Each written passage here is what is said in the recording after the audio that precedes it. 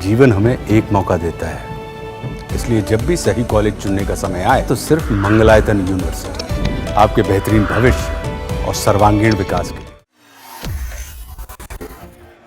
वक्फ कानून को लेकर देश भर में हंगामा बरप रहा है। हर तरफ हल्ला बोल हो रहा है।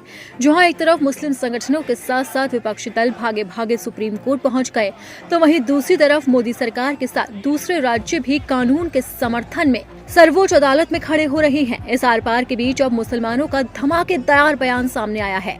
उनके बयान ने ये सोचने पर मजबूर कर दिया कि आखिर वक्फ पर चाहते क्या है मुसलमान।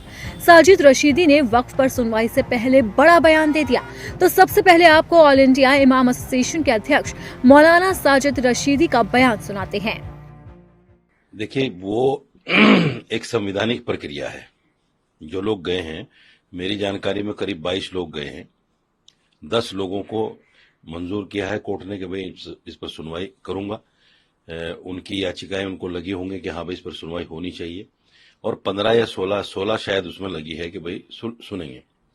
ये एक संवैधानिक प्रक्रिया है जो होनी चाहिए। लेकिन इसके साथ साथ वही लोग जो याचिकाएं डाल रहे हैं, वही लोग मुसलमानों को भड़काकर जो है रोड पे भी ला रहे हैं। बराबर ऐलान कर रहे हैं कि साहब मुसलमानों उठो, उठने का वक्त है, तुम्हारे सर पे तलवार लटकी है और तुम्हारी मस्जिदों के लिए षड्यंत्र किया जा रहा है।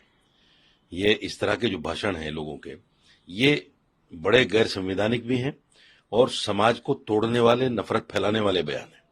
इससे क्या है कि मुर्शिदाबाद हो गया, उसमें 3 लोगों की जान चली गई और 150 मुसलमानों के खिलाफ उस सरकार ने, जो सरकार अपने को मुसलमानों का हितैषी कहती है, जो कहती है मैं हूं ना, मैं ये बिल लागू नहीं होने दूंगी, उस सरकार ने 150 मुसलमानों को जेल में डाल दिया। जो मेरी जानकारी, वो ज्यादा भी हो सकते हैं। तो मेरा कहना सिर्फ ये है कि कोर्ट या तो रास्ता है, या फिर संवैधानिक तरीके से आप एक जगह बैठ जाओ, किसानों की तरह आप बैठकर जो है अपनी मांग रखो।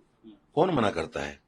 लेकिन मुसलमानों को, मेरे नौजवानों को, मेरे समाज के लोगों को आप सड़कों पर लाकर उनको पत्थरबाज साबित करने की कोशिश मत करो।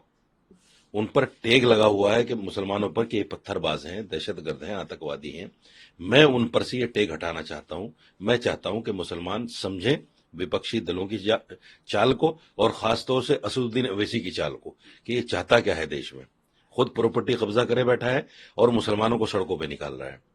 सरकार से मैं ये भी अपील करना चाहता हूं कि ये जितने लोग मुसलमानों पर को सड़कों पर लाने की बात कर रहे हैं, सबसे पहले इनकी प्रॉपर्टियों की जांच हो, इनके पास वह बोर्ड की प्रॉपर्टियां कितनी हैं, और वो तुरंत इनसे ली जाए।